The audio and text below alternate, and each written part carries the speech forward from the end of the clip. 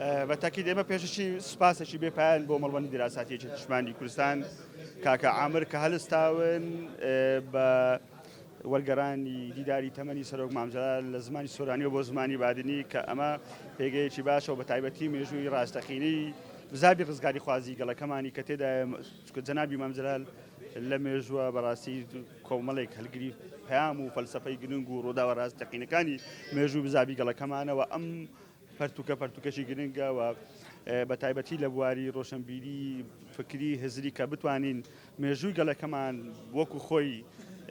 تیادا بزانیەوە بۆ تایبەتی بۆ نەوەی داهاتوو لەوانەیە ئەو نوانەی کە بەشداریان لەم شۆڕەشانەکرۆ گەنجن تازە دەتوانن مێژووی میلەتەکان مێژووی سەرکردەکانی وزابی ڕزگاری خوازی گەلەکەمان بە تەواوەتی بزانن ئێمە دووبارە و سێبارە دەستخۆشی لە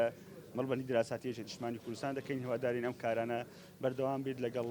هەواڵانی ترەوە لە مەڵبەند مەکتەبی بیرۆ شاری بتوانین زیاتر بۆ کادیرەکانمان زەماوەریەکی نیشتیمانی کوردستان گرنگی بە مێژووی گەلەکەمان و یەکێتی نیشتیمانی کوردستان بدەین. تۆ بەڕاستی ناوەڕۆچەم کتێبە بۆ بادینیەکان لە هەموو کەسێک گرنگترە چونکە بەشێکی زۆری فۆکسی لەسەر بادینیەکانەوە چونکە خۆ دەزانن مێژووی دروستبوونی یەکێتی نیشتیمانی کوردستان شۆڕەشنووی گەلەکەمان یەکەم شەیدەک بەفرە سەرەتایەکانی یەکێتی دواتر